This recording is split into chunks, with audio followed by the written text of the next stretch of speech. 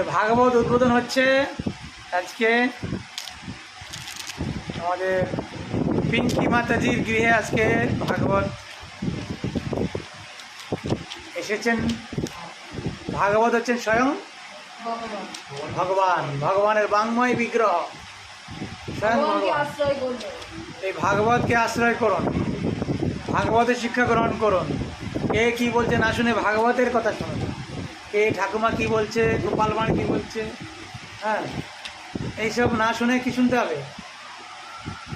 ভাগবত পড়ুন, ভাগবতের নির্দেশ অনুসারে জীবন করুন, ভাগবতকে সঙ্গী করুন, ঠিক আছে? প্রজল্প পরিহার করুন, হ্যাঁ, এখানে ওখানে আড্ডা না দিয়ে ভাগবত পড়ুন, তাহলে সব জানতে পারবেন। হরে কৃষ্ণ। তো আজকে এই ভাগবতকে আমরা উন্মোচন করলাম। হরে কৃষ্ণ।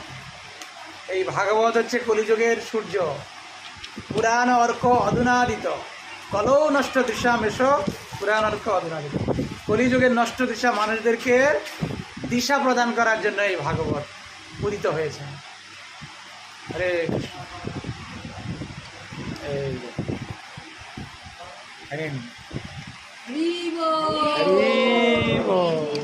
পিঙ্কি মাতাজি জয় হোক।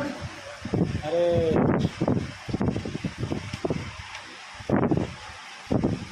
প্রতিদিন এই ভাগবত পাঠ করুন, রোজের পড়বে, একটুখানি হলো ভগবানের সেবা করুন।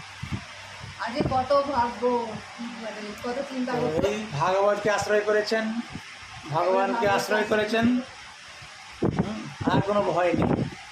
অভয় চরণার, ভগবানকে আশ্রয় করে অভয় চরণের আশ্রয় নিয়েছেন।